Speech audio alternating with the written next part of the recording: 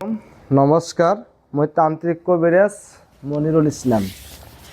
তো গতিকে আজি এটা কাম কৰিবলৈ মই ওলাইছোঁ।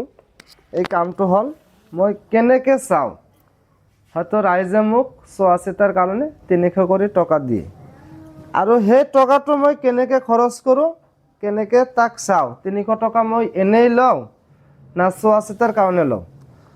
তো এইটো কৰি দেখা পাইছে, এই কৰিটো আমি ইয়াতে দিওঁ, তাৰ নামটো আমি সোধোঁ। নামটো সোধাৰ পিছত এনেকৈ ঘূৰণি মাৰোঁ।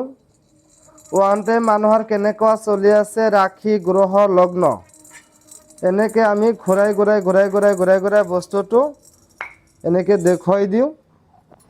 তাৰপিছত এই বস্তু আছে, এই বস্তুটো আকৌ আমি তেলত দিওঁ।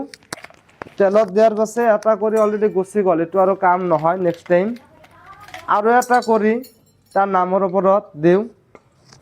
এনেকুৱাকৈ আমি এই বস্তুটো ইয়াৰ পৰা ঘূৰাই তাৰ নামৰ ওপৰত কি চলিছে, কিমান বয়স, কেনে হ'ব, হাজবেণ্ড ৱাইফে মিল হ'ব না নাই, ল'ৰাটো ছোৱালীৰ তাত আহিব না নাই, ছোৱালীটো ল'ৰাৰ তাত আহিব না নাই। তো এই বস্তুখিনি আমি ইয়াৰে পৰা এনেকুৱাকৈ চোৱা চিতা কৰোঁ। আৰু এইটো সম্পূৰ্ণ গুৰু আসন। মোৰ 139টা গুৰু। ইয়াতে হিন্দু আসন আছে, এইটো মুছলিম আসন। মই ডাইৰেক্ট কৈছোঁ, মুছলিম মানুহৰ কাম কাজবোৰ মই ইয়াতে কৰোঁ। আৰু হিন্দু মানুহৰ যিখিনি কাম কাজ আছে মই ইয়াতে বহি ইফালৰ পৰা কৰোঁ। এই বস্তুটো দেখা পাইছে, এই সকলো বস্তুটো কামৰূপ কামাখ্যাৰ বস্তু। আৰু হিন্দু দাদা বাইদেউৰ যিখিনি কাম আছে, এই কামখিনি অকল যিটো কাঁহৰ চাকি ষ্টেণ্ড তাতে জ্বলাই নামৰ ওপৰত জপি কাম কৰিব লাগে।